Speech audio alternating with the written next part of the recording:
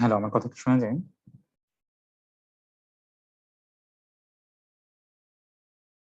Hello, Minhaj ভাই and শোনা যাইতেছে।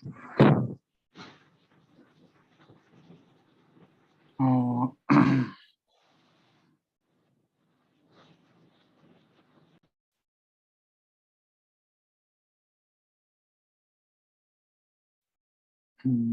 আমি একটু ওই আমার স্কুলের সাথে যোগাযোগ করতেছি। ওনারা আমাকে জানিয়েছিল যে 9 জন খুব সম্ভবত এনরোল হয়েছে। তো এখনো বাকি আরো প্রায় 7 জনের মতো আছে।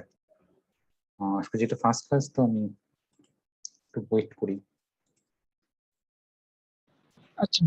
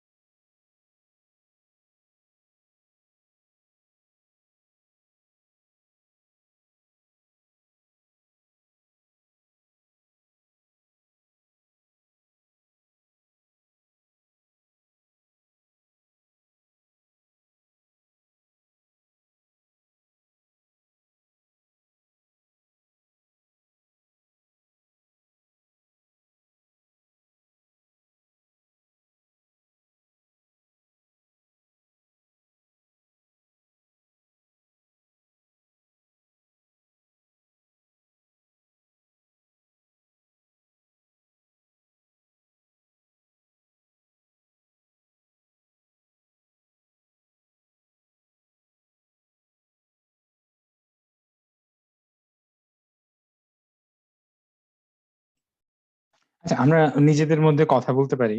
আম,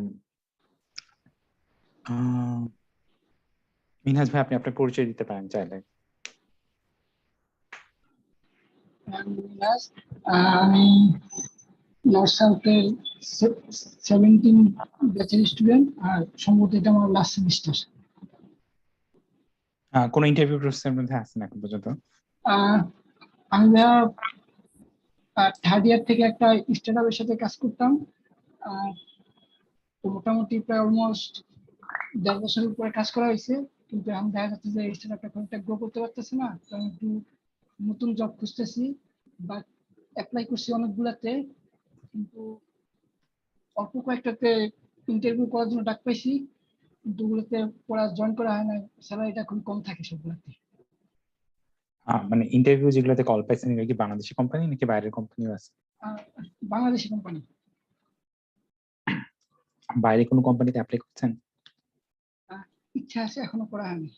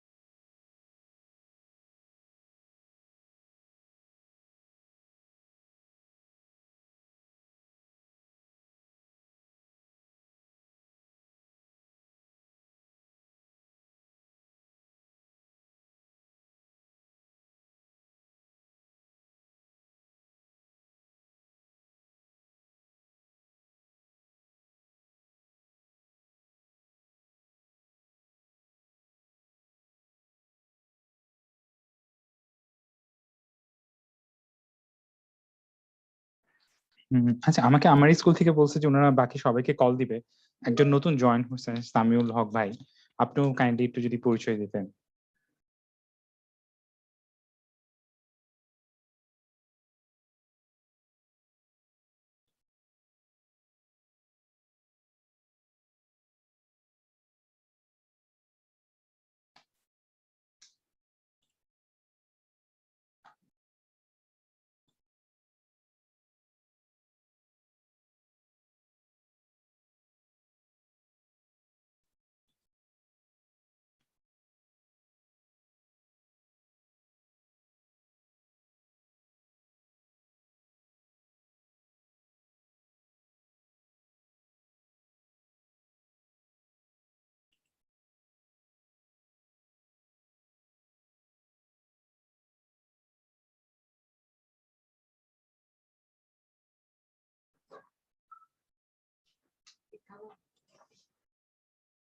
অত মিষ্টি থাকে না, যতটুকু পাউরুটিতে খাইছো না। হ্যাঁ,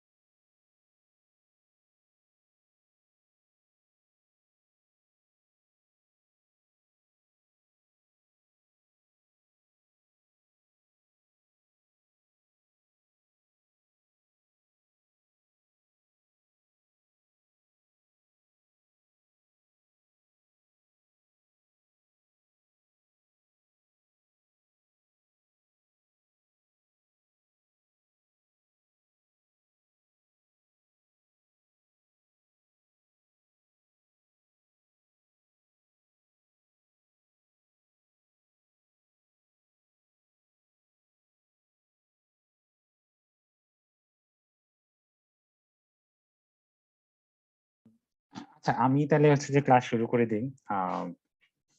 যারা পরে জয়েন করা থাকে জয়েন করে এখানে। ওকে, আমি এখনো বাইরে কথা বলতে অনেক নয়েজ হচ্ছে। ও সরি, আমি খেয়াল করি চ্যাট গ্রুপটা। আচ্ছা, আজকের ক্লাসের টপিক যেটা ছিল এটা হচ্ছে যে আমরা কিভাবে সিভি রেডি করতে পারি, প্লাস হচ্ছে কিভাবে রিক্রুটারকে রিচ করব, রিক্রুটারের সাথে কিভাবে রেসপন্স করব। ওভারঅল এটাই হচ্ছে আজকের ক্লাসের টপিক। আমি যদি প্রথমত হচ্ছে যে আচ্ছা, প্রথমত হচ্ছে যে কিভাবে আমরা সিভি রেডি করতে পারি বা সিভিতে আসলে কি কি পয়েন্ট থাকা প্রয়োজন। আচ্ছা, আমি শেয়ার করতে চাই আমার স্ক্রিনটা, হোল স্ক্রিন।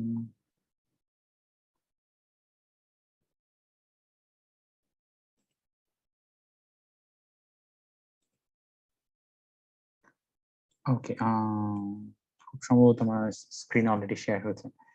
যদি আমি যাই, যেটা আমার কারেন্ট সিভি যেটা ছিল অ্যাকচুয়ালি, এটা থেকে আমি আসি।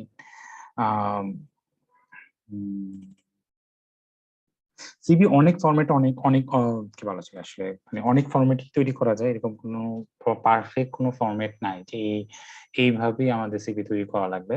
তবে যেটা যেটা প্রসেস, আমরা যখন কোনো একটা ইনফরমেশন দিব, আমার কাজের এক্সপিরিয়েন্স বা হয়তো বা কোনো একটা প্রজেক্ট করেছি আমি, আর ইউনিভার্সিটি হতে পারে বা পার্সোনাল প্রজেক্ট হতে পারে, এই ফরম্যাটটা হওয়া উচিত আসলে এক্স ওয়াই জেড। এক্স হচ্ছে যে কি কাজ করছি, ওয়াই হচ্ছে যে স্পেসিফিক ভাবে যে এক্স ওয়াই জেড যদি বলা হয়, আসলে এক্স হচ্ছে যে আমাদের প্রজেক্টটা কি, এটা একটা সিম্পল একটা ডেসক্রিপশন। ওয়াই হচ্ছে যে ওইখানে আমার ইম্প্যাক্টটা কি, আর জেড হচ্ছে যে টেকনোলজি, এটা যে কোনো ভাবেই থাকতে পারে। মানে প্রতিটা ডেসক্রিপশনের মধ্যে ওই কাজটা সম্পর্কে এক লাইনের একটা বর্ণনা, আর ওয়াই সম্পর্কে হচ্ছে ওখানে আমার স্পেসিফিক ভাবে আমি নিজে কি করছি, টিম ওয়াইজ বাদ দিয়ে যদি আমি কোনো মডিউল ডেভেলপ করে থাকি তাহলে ওই মডিউলের ইনফরমেশন। আর যেটা হচ্ছে যে ওই কাজটা করতে আসলে কি কি ধরনের টেকনোলজি ইউজ করা হয়েছে, ওই ধরনের একটা ব্রিফ বর্ণনা। আমি যেহেতু একটা টেমপ্লেট ইউজ করছিলাম, আমার এই ফরম্যাটটা আসলে চেঞ্জ হয়েছে, বাট স্টিল যখন অ্যাকচুয়ালি আমরা করব তখন এখানে আসলে এক্স ওয়াইটা বেশি বেশি বেশি প্রাধান্য পাইছে। এটা আগে যখন আমার আগের যে সিভিটা ছিল, এক্স ওয়াই জেড ফরম্যাটটা আমি আসলে ইনক্লুড করছিলাম। যেহেতু আমার কাইন্ড অফ হচ্ছে 5 ইয়ার্স এর মতো এক্সপিরিয়েন্স আছে, তো আমার যেসব মানে ভার্সিটির যেসব প্রজেক্ট ছিল সেসব প্রজেক্ট এখানে ইনক্লুড নাই। এখানে আরেকটা ব্যাপার ইনক্লুড, মানে ইম্পর্টেন্ট ইনক্লুড করা, এটারও কোনো কি বলা চলে আসলে, কোনো স্ট্রং কোনো রুল নাই যে এটা মানতে হবে। বাট নর্মালি যখন আমরা সিবি করি, সিবিটা অ্যাকচুয়ালি হচ্ছে 1 পেজের মধ্যে যদি থাকা যায় তাহলে অ্যাকচুয়ালি ভালো। যদি 1 পেজের বেশি হয় তাহলে কি জিনিসটা খারাপ কিনা। 1 পেজের বেশি হলেও যে জিনিসটা খারাপ তা ঠিক সত্য না। বাট সিভিটা যাতে যতটা সম্ভব কনসাইজ হয়, এটা খুব ইম্পর্টেন্ট। মানে যদি সিভি খুব বড় হয়, মানে যিনি অ্যাকচুয়ালি আমার সিভিটি ইভ্যালুয়েট করবেন উনি ডিস্ট্রাক্টেড হইতে পারেন। উনি কি বলা যাবে আসলে, মানে অনেক ইনফরমেশন, মানে নর্মালি আসলে যারা যারা ফ্রেশার হিসেবে অ্যাপ্লাই করবে, যারা খুব কম এক্সপিরিয়েন্স রয়েছে, 2 বছর বা 3 বছর এক্সপিরিয়েন্স রয়েছে, আমাদের অ্যাকচুয়ালি এত ধরনের কাজ করা হয় নাই যে আমরা কয়েক পেজ যাবত আসলে সিভি ক্রিয়েট করতে পারি। তারপরেও কারো হয়তো বা একাধিক পেজের সিভি হতে পারে, বাট এর সব থেকে ইম্পর্টেন্ট বিষয় হচ্ছে যে যেটাই থাকুক অ্যাকচুয়ালি সিভিটা যাতে খুব কনসাইজ হয়। অ্যান্ড সিভিতে অ্যাকচুয়ালি আসলে কি কি জিনিস আসলে ইনক্লুড করাটা ইম্পর্টেন্ট। প্রথমত হচ্ছে যে যদি কেউ যদি এক্সপিরিয়েন্স হয়, স্পেশালি যাদের আসলে 3+ এক্সপিরিয়েন্স হয়ে গেছে, 3+ এক্সপিরিয়েন্স হয়ে গেলে হয়তো বা যে ধরনের প্রজেক্টেই ক্লাস ইনভলভ হয়েছে ওই ধরনের প্রজেক্টের ব্যাপারেই ডিটেলস কিছুটা এক্সপ্লেনেশন করা যেতে পারে এক্স ওয়াই জেড ফরম্যাটে। এখানে আবার আরেকটা জিনিস বলে রাখা ভালো, কিছু কোম্পানি আমাদের বাংলাদেশে 2 ধরনের কোম্পানি রয়েছে। এক ধরনের হচ্ছে প্রোডাক্ট বেস কোম্পানি, আরেক ধরনের কোম্পানি হচ্ছে যে service base company. Service base company বলতে আসলে হচ্ছে যে যারা মাল্টিপল প্রজেক্টের যারা আসলে কাজ করে। ফ্রিল্যান্সিং অনেক কিছু কোম্পানি আছে যারা বাইরে থেকে বা লোকাল মার্কেট থেকে আসলে কাজ নেয়, তারা এই ধরনের কাজগুলো নির্দিষ্ট 6 মাস বা 3 মাসের মধ্যে একটা করে ডেলিভার করে। তো যেসব কোম্পানি সার্ভিস বেস কোম্পানি, তাদের আসলে অনেক ধরনের প্রজেক্টে কাজ করা হয়। আর যেসব কোম্পানি অ্যাকচুয়ালি হচ্ছে প্রোডাক্ট বেস কোম্পানি, সব প্রোডাক্ট বেস কোম্পানিতে আসলে মাল্টিপল ডাইমেনশন বা ডোমেইনে কাজ করার পসিবিলিটি কম। একটাই ডোমেইন টিপ আসলে যেই যে ডোমেইনটে কাজ করছে ওই ডোমেইনটে ডেসক্রিপশন লেখা যেতে পারে। আমি একটা লিঙ্ক দিয়েছি, এটা হচ্ছে নব রিজিউমি নামে, নবরিজিউমি.com। এটাতে একটা ফ্রি টেমপ্লেট ইউজ করা যায়। এখানে এই টেমপ্লেটটা যথেষ্ট ভালো, মানে এটা তো আমার রিজিউমি, যদি আমি এটা বাদেও যদি ওনাদের আরো কিছু স্যাম্পল টেমপ্লেটের মধ্যে যদি যাই, দেখা যায় যে আসলে আচ্ছা, সবাই কি দেখতে পাচ্ছেন? জি ভাই, আমি দেখতে পাচ্ছি। ওকে, এখানে অনেক ধরনের সিভি আছে, executive, college, whatever have to be do. এখানে যে নট নেসেসারি হচ্ছে যে আমার যে সিভি ফরম্যাটটা এটা যথেষ্ট ভালো। এ বাদেও অ্যাকচুয়ালি যদি আমরা গুগলেও সার্চ করি, যেমন আমরা যদি এই সিভি ফরম্যাটটাও যদি দেখি, sorry, এটা তো ওপেন হওয়ার কথা না। Draft, create CV, not sure. Just a minute. Maybe okay. তো এই যেমন এই সিভিটা আসলে 2 পেজের, বাট এখানে মাল্টিপল ফরম্যাটে সিভি রয়েছে। তো মাল্টিপল ফরম্যাটের মধ্যে যেটা সব থেকে সুইটেবল হয় ওই ধরনের সিভি করা যেতে পারে। স্পেশালি যদি আবারও গুগলেও সার্চ করা হয় স্যাম্পল টেমপ্লেট বা সিভি দেখে, আসলে প্রচুর স্যাম্পল সিভি পাওয়া যায়। অধিকাংশ সিভি যদি দেখা হয় যেটা আসলে 1 পেজে, তো 1 পেজের সিভি গুলার দিকেই মানে 1 পেজের মধ্যে যাতে থাকে, মানে নট নেসেসারি খুব একটা স্ট্রং খুব রুল যে 1 পেজের বেশি, 1 পেজে বেশি হলে কি হবে, বাট যাতে 1 পেজের যদি বেশি হয়, মানে আমি যেভাবে আসলে এক্সপ্লেন করি, যেমন আমার কাজ করার এক্সপিরিয়েন্স হচ্ছে 5 বছরের। যদি আমার সিভিটা 2-3 পেজের হয়, তাহলে আমার আসলে এত ধরনের কাজ করে এক্সপিরিয়েন্স হয়, সব ধরনের কাজ তো ইম্পর্টেন্ট না। আর আমি যাই সিভিতে ইনক্লুড করি না কেন, আমি যদি ইন্টারভিউ পর্যন্ত কল করি, আমাকে কিন্তু সিভি থেকে মানে সিভি থেকে কোশ্চেন করা হবে। তো সিভি থেকে কোশ্চেন করা হবে আমাদের নরমালি আসলে আমাদের যদি আমি নিজে সার্ভিস বেস কোম্পানিতে জব করছি, তো সার্ভিস বেস কোম্পানিতে আসলে অনেক ধরনের প্রজেক্টে কাজ করা হয়, এবং সব ধরনের প্রজেক্টে কাজ করা যদি যদি যাই কিছু আমি সিভিতে ইনক্লুড করি না কেন, ওইখান থেকে যেহেতু কোশ্চেন করা হবে, এটা ইন ডিটেইলস আমার জানাটা খুব ইম্পর্টেন্ট। কেউ যদি কোনো কোশ্চেন আমার সিভিতে ইনক্লুড থাকে, বাট আমাকে যদি জিজ্ঞেস করে, আমি যদি এটার ভালো আনসার না দিতে পারি, ভালো মতো আনসার না দিতে পারি, তখন এটা আসলে আরো নেগেটিভ হিসাবে কাজ করবে বা আরো খারাপ হিসাবে কাজ করবে, আমার আমার আমার আমার পক্ষে থাকবে না। তো কেউ হয়তো বা তখন হয়তো বা যিনি ইন্টারভিউ নিচ্ছেন উনি ভাবতে পারেন যে ওকে জাস্ট সিভিটা ইনক্লুড করার জন্য ইনক্লুড করছে, এটা আসলে খুবই একটা বেস্ট। তো সিভিতে যেটা ইনক্লুড থাকুক, ওই ধরনের যদি যেই ধরনেরই কোশ্চেন করা হোক না কেন, ওই ধরনের কোশ্চেনের আমার আনসারটা আমাদেরকে জানতে হবে। তো সিভি যে কোনো ভাবে করা যায়, অনেকে টেমপ্লেট ইউজ করতে পারে। আমি নিজে অ্যাকচুয়ালি হচ্ছে যে এই ফ্রি যে সাইট রয়েছে রমো রিজিউমি, এই রিজিউমির হেল্প নিয়ে আসলে সিভি করেছিলাম। তো এ বাদেও অনেকে প্লেন ডকেও সিভি করে, যে যেভাবে করুক কোনো সমস্যা। এখানে যেমন গুগল সার্চ করলে আসলে অনেকগুলো স্যাম্পল টেমপ্লেট পাওয়া যায়। যদি স্যাম্পল টেমপ্লেট পাওয়া যায়, এটা হচ্ছে নার্সিং দের সিভি টেমপ্লেট। এখানে যদি যাই তাহলে খুব সম্ভবত লিঙ্কটা পাওয়া যায় বা ডাউনলোড করার অপশন থাকে, ক্লিক হেয়ার করলে আসলে এই সিভিটা ডাউনলোড হয়ে যায়। তো যেই ফরম্যাটেরই সিভি হোক না কেন, যদি সিভিটা যাতে খুব কনসাস হয়। আর এখানে আরেকটা ইম্পর্টেন্ট বিষয় হচ্ছে যে হাইলাইটিং করা। তো যাদের প্রজেক্টে কাজ করা হয়, যদি আমি আমার রিজিউমিটাতে যাই, সরি, এটা ব্যাক কিভাবে করা সম্ভব এটা,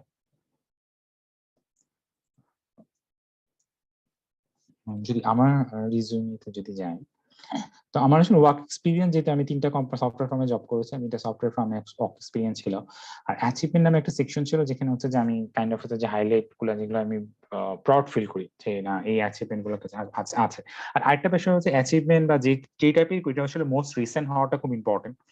যাদের বেশি এক্সপিরিয়েন্স হয়ে যায়, 5 বছর বা 6 বছর বা 10 বছর, তাদের ক্ষেত্রেও যদি দেখা যায় যে আমি 8 বছর বা 6-5 বছর আগে কোনো এক্সপিরিয়েন্স এখানে ইনক্লুড করতেছি, ওইটা আসলে আহ, খুব একটা ফরে হিসেবে কাজ করে না। খুব রিসেন্ট যে ইয়াগুলো আছে ওগুলো কাজ করা যায়। যদি আমি এখানে আমি যেহেতু নিজে প্রোগ্রামিং কন্টেস্ট করতাম, এখানে প্রোগ্রামিং কন্টেস্টের কিছু অ্যাচিভমেন্ট আমি এখানে ইনক্লুড করে রেখেছি, যদি এটা 2015 অনেক আগে হায়ার সেকেন্ডারি। বাট আমার কাছে ইম্পর্টেন্ট বিষয় হচ্ছে যে যেই কি বলা চলে আসলে খুব মোস্ট রিসেন্ট যাতে হয়।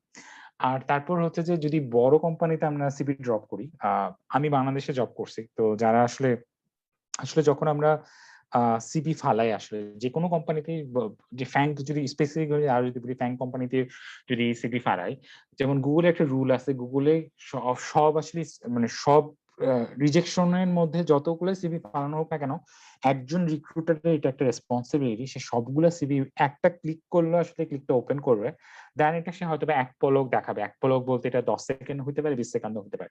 দেন ওই সিভিটাকে রিজিউম করবে না, এটা ম্যানুয়ালি অ্যাকচুয়ালি রিজেক্ট হবে, মানে এটা অটো রিজেকশন হবে না। আবার কিছু কিছু কোম্পানি মানে কিছু কিছু সাইট কিছু কোম্পানি রয়েছে যেখানে আসলে সিভি ফালানোর পর কিছু অটো রিজেকশন হয়। যেমন যদি আরো ভাঙে বলি, যেমন এখানে স্কিলের কতগুলো বলা আছে, মানে সিভিটাকে পার্সিং করে যদি একটা স্পেসিফিক ভাবে একটা একটা একটা পজিশনের জন্য অ্যাপ্লাই করা হয়েছে, যে পজিশনে যাওয়া হচ্ছে যে জাভা, বাট আমি যদি এখানে দেখি খুব সময় আমার যদি জাভা আছে, জাভার প্রতি খুব একটা এক্সপিরিয়েন্স নাই, কোন একটা স্পেসিফিক ফ্রেমওয়ার্ক তারা চাচ্ছে, যেমন সি শার্প বা এই টাইপের, যে আমার এই সিভিটার মধ্যে সি শার্পের কোনো কথা নেই।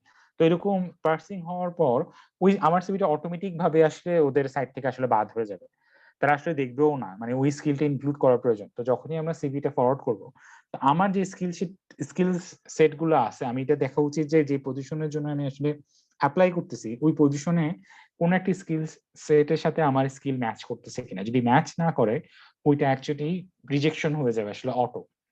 কিছু এটা আসলে কোম্পানি টু কোম্পানি ভেরি করে, বাট কিছু কোম্পানিতে এটা অ্যাকচুয়ালি রুলসই থাকে যে একটা করে সিভি অ্যাটলিস্ট একজন যাতে আসলে ক্লিক করে এবং তারপর যাতে জিনিসটা থাকে। কারো কোনো কোশ্চেন আছে এই পর্যন্ত?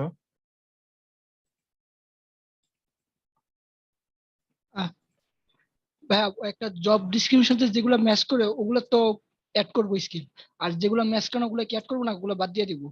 না, নর্মালি তো একজনের থাকতেই পারে আসলে। এখন যেভাবে করা যায় আসলে, যদি আমি বলি, যখন অ্যাকচুয়ালি হচ্ছে যে আহ, আমরা তো আসলে সিভি একবারই রেডি করার পর আসলে ওই সিভিটাই আমরা মাল্টিপল জব পজিশনের জন্য আসলে অ্যাপ্লাই মানে ফরওয়ার্ড করতে থাকি। তো যখন আমরা আসলে বাইরের কোনো কোম্পানির জন্য আসলে যাবো, এটা বাংলাদেশের কোম্পানি হতে পারে, আমি বাংলাদেশের আমাদের এই কোর্সটা মেইনলি ফোকাস হচ্ছে বাইরের কোম্পানি। তো বাইরের কোনো কোম্পানির জন্য যদি আমি সিভি ফরওয়ার্ড করতে চাই বা সিভি ইয়া করতে চাই, তখন আমার একটা জিনিস দেখাটা খুব ইম্পর্টেন্ট, যে এখানে যে রিকোয়ারমেন্ট গুলো আছে, এর কোনো একটা রিকোয়ারমেন্টকে আমার স্কিলের মধ্যে পড়ে কিনা। যদি না পড়ে, দেন আচ্ছা ওই ভাইয়া, কোম্পানিটার জন্য স্পেসিফিক ভাবে ওইটাকে আমি ইনক্লুড করতে হবে। এই বাদে যদি আমি নর্মাল ভাবে সিভি ফরওয়ার্ড করি, তাহলে আমি হয়তো বা রিজেকশন খেয়ে যাব। হ্যাঁ, সরি, আমি কি কোশ্চেনটা ভুল বুঝছি? ভাইয়া আমাদের তো জব ডিসক্রিপশনের সাথে সবগুলো স্কিল নাও ম্যাচ করতে পারি, হ্যাঁ, তো তারপর আমরা কি কি? অ্যাপ্লাই করবো কিনা? অবশ্যই জি আসলে অ্যাপ্লাই করা উচিত। নর্মালি আসলে আমরা নিজেরাও জানি না আসলে কখন কি জন্য কল করবে, এবং যারা আসলে জব ডেসক্রিপশন করে নর্মালি আলাদা সেকশনই থাকে প্রত্যেকটা কোম্পানি, যদি বড় কোম্পানি হয়। তো ওখানে হয়তো একটা জেনারেল টেমপ্লেট থাকে, টেমপ্লেটের উপর বেস করে তারা সবগুলো জব পজিশনের জন্য করে। এখানে অনেক ধরনের রিকোয়ারমেন্ট থাকে, ওই রিকোয়ারমেন্টের মধ্যে থেকে সবকিছু হয়তো ফুলফিল করে না।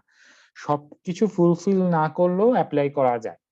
মানে স্পেশালি যদি আমি আরো বড় যেসব বড় বড় কোম্পানিগুলো আছে, ফ্যাং কোম্পানিগুলো আছে, ওদের ক্ষেত্রে আসলে ওগুলো আসলে একদম স্কিল সেট তারা একদমই ম্যাটার করে না তাদের জন্য। তাদের জন্য ম্যাটার করে যে আসলে এই ক্যান্ডিডেটটা ভালো কিনা, এজ এ ভালো মিনস এজ এ ভালো প্রোগ্রামার কিনা, তাদেরকে আমরা ভালো মেন্টর করলে সে কি ভালো অ্যাজ এ প্রফেশনাল এখানে গ্রো করতে পারবে কিনা।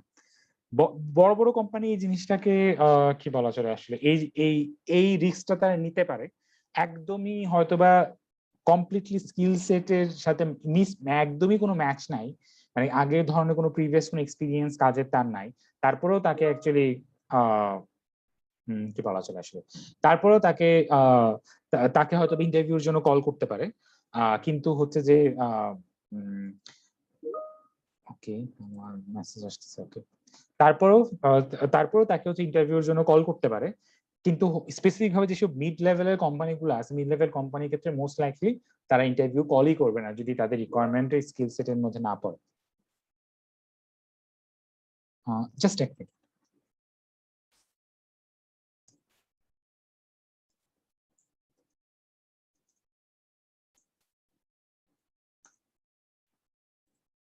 ওকে, এইটা ছিল হচ্ছে যে সিভি ব্যাপারে কারো কোনো, আচ্ছা, আরেকটা ব্যাপার হচ্ছে সিভিতে আসলে যখন আমরা আসলে সিভিটা রেডি করব, তো আমাদের সব থেকে ইম্পর্টেন্ট পয়েন্টটা হচ্ছে যে আহ, আহ, কি কি জিনিস আসলে ম্যাটার করে। প্রথমত আসলে ম্যাটার করে যদি আহ, আমি যদি এরকম কোনো কোম্পানির সাথে ইনভলভ থাকি, এই কোম্পানিটা খুবই পরিচিত, ওয়েল নোন, তাহলে হয়তো বা জাস্ট ওই কোম্পানিতে আমি জব করি এটাই আসলে আমার ইন্টারভিউ কল পাওয়ার জন্য এনাফ।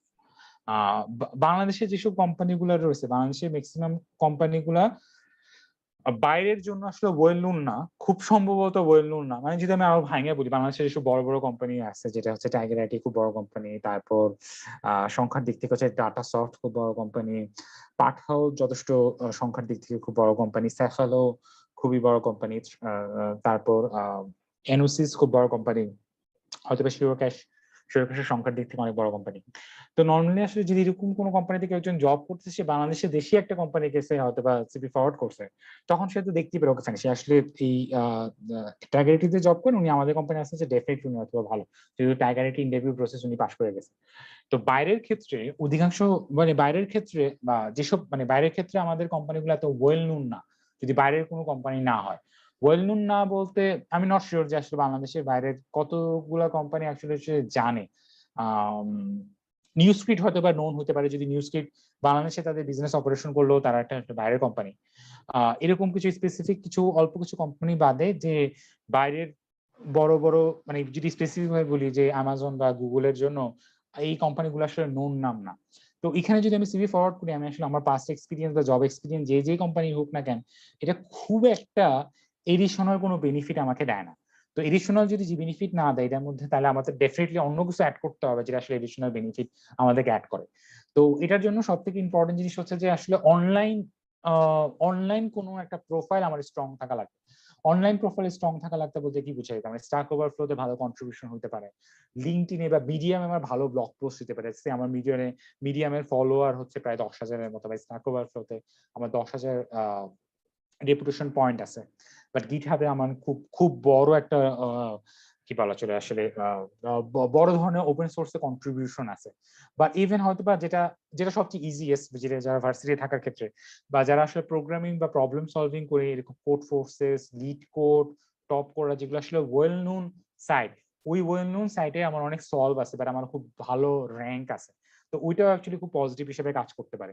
এ বাদেও ইন্টারন্যাশনাল কিছু হ্যাকাথনে পার্টিসিপেট করা যায়। কেউ যদি ইন্টারন্যাশনাল হ্যাকাথনে পার্টিসিপেট করে বা ন্যাশনাল কোনো কম্পিটিশনে পার্টিসিপেট করে, যেটা আসলে শো শো করতে পারে যে তার তার সে অ্যাকচুয়ালি ভালো, তো ওগুলো যাতে আমাদের সিভিতে ইনক্লুড করা থাকে। তো কারো যদি এই ধরনের ল্যাকিংস থাকে যে পাস্ট এক্সপিরিয়েন্স কত ভাবে, আমাদের ম্যাক্সিমাম 95% ক্ষেত্রেই বাংলাদেশে যারা জব করতেছে আমরা তাদের ক্ষেত্রে এটা সত্য, এটা সবাই হয়তো বা আমরা সাফারার, আমরা এরকম কোনো কোম্পানির সাথে অ্যাসোসিয়েটেড না বাংলাদেশি কোম্পানির সাথে যে কোম্পানিটার নামটাই গুড এনাফ যে কোনো একটা ইন্টারভিউর কল পাওয়ার জন্য। যেহেতু এটা গুড এনাফ না ইন্টারভিউ কল পাওয়ার জন্য, তখন আমাদের আসলে অনলাইন প্রোফাইলে কোনো একটা কিছুতে আমাদের আসলে হাইলাইট করতে হবে, আসলে প্রোফাইলটাকে আরো স্ট্রং করতে হবে। তো সবথেকে ইজিয়েস্ট অপশন হতে পারে লিড কোড বা কোড ফোর্সেস, ইউভিএ, ওগুলাতে যত বেশি সলভ করা যায়, মিডিয়াম টাইপের জিনিসপত্র সলভ করা যায়, এটা যদি করা হয় এবং এটা যদি আমি ইনক্লুড করি, তাহলে অ্যাকচুয়ালি এটা একটা পজিটিভ ইম্প্যাক্ট রাখতে পারে আমার ইন্টারভিউতে। কোনো গ্যারান্টি নেই, বাট একটা স্টিল একটা পজিটিভ ইম্প্যাক্ট হিসেবে রাখতে পারে। কারো কোনো কোশ্চেন এখন পর্যন্ত? কোড ফোর্সেস, ইউবার, টপ কোডার এগুলাতে সলভ করলে যেরকম ইমপ্যাক্ট পড়বে, লিড করে করলে কি ওইরকম ইয়ে হবে, ভালো হবে? আসলে ব্যাপারটা হচ্ছে যে আমাকে যারা রেফারে মানে আমার মানে ইনিশিয়াল স্ক্রিনিং যিনি করবে, ইনিশিয়াল স্ক্রিনিং তো করবেন একজন রিক্রুটার মোস্ট লাইকলি উনি একজন non technical person in that sense, উনি হয়তো বা কোড ফোর্সেসও সলভ করেন, উনি হয়তো লিড কোডও সলভ করেন, বাট উনি এই সাইটগুলোর নাম জানেন। লিড কোড বা হ্যাকার এগুলো খুব নোন সাইট। এটা যেহেতু খুব known site, interview preparation known site অর্থে অর্থে, যেমন আমি যদি বলি বড় কোম্পানিতে যখনই আপনি ইন্টারভিউ প্রসেসের মধ্যে চান, রিক্রুটার রাউন্ডের পর রিক্রুটার একটা প্রিপারেশন গাইডলাইন ফরওয়ার্ড করে, প্রিপারেশন গাইডলাইনের মধ্যে এই সাইটগুলোর নাম থাকে, যে LeetCode, HackerRank, TopCoder আর কোড ফোর্সেস, এই ধরনের কিছু কিছু স্পেসিফিক কিছু সাইটের নাম রাখে যে এখান থেকে প্রবলেম সলভিং করতে পারেন। তো আসলে মানে ইউভিএ তো এখন আসলে ইউভিএ অনেকটা কাইন্ড অফ হচ্ছে যে প্রোগ্রামিং কন্টেস্ট রিলেটেড হয়ে গেছে, not necessary interview contest related. আমি বলবো না অ্যাবসলিউট, ইউভিএ অবশ্যই খুব একটা ভালো সাইট, বাট এগুলো অবশ্যই একটা ইম্প্যাক্ট রাখে। এবং এটা আসলে ইজিয়েস্ট, মানে এটা খুব সহজ, মানে এখানে প্রোফাইল ক্রিয়েট করাটা খুব সহজ অন্য কোনো মিডিয়াম থেকে। ইভেন একটা স্ট্যাক ওভারফ্লো খুব ভালো ভালো একটা অপশন। স্ট্যাক ওভারফ্লো তো অনেক কোশ্চেন করা যেতে পারে, আনসার করা যেতে পারে, সময় লাগে, বাট স্টিল আসলে অনেক ধরনের মানে প্রচুর কোশ্চেন আছে, প্রচুর কোশ্চেনে কন্ট্রিবিউট করা যায়, প্রচুর কোশ্চেনে কন্ট্রিবিউট করলে আসলে ভালো। মানে মোস্ট লাইকলি হচ্ছে যে আমাদের অনলাইন প্রোফাইলটা স্ট্রং করাটা ইম্পর্টেন্ট। এটা হচ্ছে একটা কেস। আচ্ছা, তারপরে এখন হচ্ছে যে আমি আমি একটু গুছানো নিয়ে আসি, আমরা কিভাবে সিভি প্রিপেয়ার করবো এ ব্যাপারে কথা হয়েছে। যদি আমি আরো সারমর্ম থাকি, আমাদের অনলাইন প্রোফাইল স্ট্রং করতে হবে। সিভি ফরম্যাটটা হবে XYZ, এক্স হচ্ছে কি কাজ করছি, ওয়াই হচ্ছে যে আমার ইম্প্যাক্টটা কি, আর জেড হচ্ছে কি কি টেকনোলজি ইউজ করছি। সিপিটা যাতে খুব কনসাস হয়, যাতে এক পেজের মধ্যে করা গেলে খুব ভালো, এক পেজের বেশি হইলেও যাতে যাই থাকে, যা কিছু ইনক্লুড করি না কেন, যাতে আমি রেডি থাকি যে আমাকে যদি কোশ্চেন করা হয় তাহলে যাতে আমি ওই কি বলা চলে আসলে রেসপন্স করতে পারি। ওকে, এখন আমি যেটা বলবো এটা হচ্ছে জব সার্চ। আমরা আসলে বাইরের কোম্পানিগুলোতে যখন আসলে অ্যাপ্লাই করব তখন অ্যাকচুয়ালি কিভাবে জব সার্চ করছি, এখানে আসলে অনেকগুলো সাইট আছে।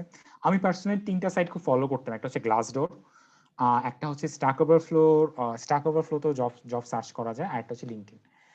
গ্লাসডোরের ভিতরে স্পেসিফিক ভাবে কোম্পানি হিসেবে জব সার্চ করা যায়, লোকেশন দিয়ে সার্চ করতাম। সো মোস্ট লাইকলি আমি আরেকটা জিনিস বলে দিই, মোস্ট লাইকলি হচ্ছে যে বাংলাদেশ থেকে যেসব কান্ট্রিতে আসলে জব নিয়ে যাওয়া পসিবল আসলে ওই সার্চই করা যায়।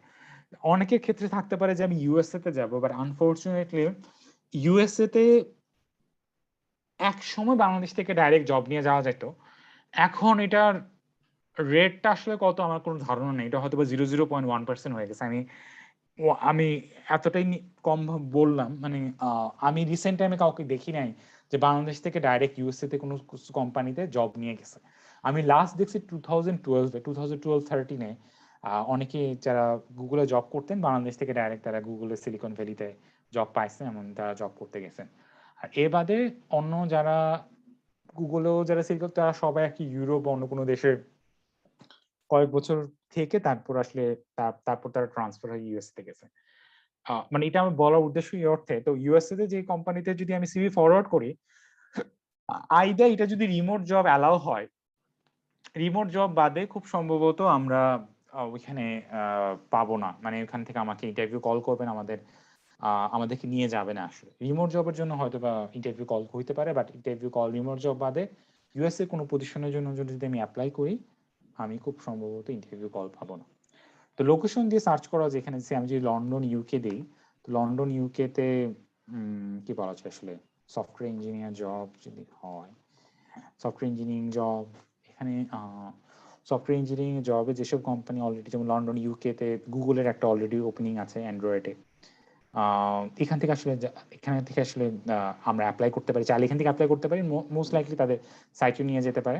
তো এখানে জবের একটা ডিসক্রিপশন থাকে, যদি আমরা দেখতে পারি যে আমাদের প্রোফাইল কাইন্ড অফ ম্যাচ করতেছে, দেন আমরা এখানে অ্যাপ্লাই করতে পারি। বিবিসিতেও একটা ওপেনিং পজিশন রয়েছে, ফেসবুকেও অলরেডি ইউনিভার্সিটি গ্র্যাডের জন্য আসলে ওপেনিং পজিশন রয়েছে। ফেসবুক লন্ডন রিসেন্টলি খুব, আমার যেহেতু ফেসবুকে জব হয়েছে আমি জানি যে আমি রিসেন্টলি ফেসবুক লন্ডন খুব হায়ার করতেছে। মানে ফেসবুকে লাস্ট 1 বছর হায়ারিংটা ফ্রিজ ছিল, যেহেতু 1 বছর প্রায় 1 বছরের মতো তারা কোনো হায়ার করে নাই।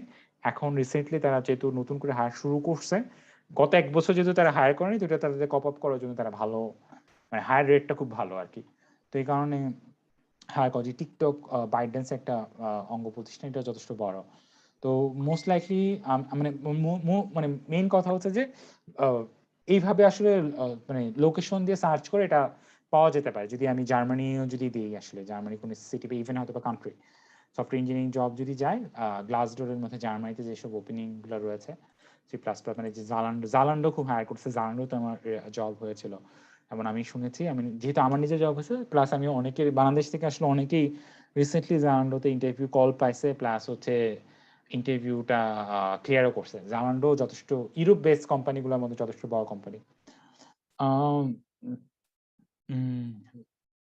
তারপর মানে অনেক কোম্পানি থাকতে পারে যাদের নাম আমরা শুনি। এখন একটা বিষয় হচ্ছে যে, যেমন আমি যদি আরো ভেঙে বলি, আমি কোম্পানির নাম শুনি ওভিভা খুব সম্ভবত। আমরা ফার্স্টে জিনিস যেটা যেটা সবচেয়ে ইম্পর্টেন্ট, আমরা যে এটা most likely career opportunity, work life balance purpose যথেষ্ট ভালো।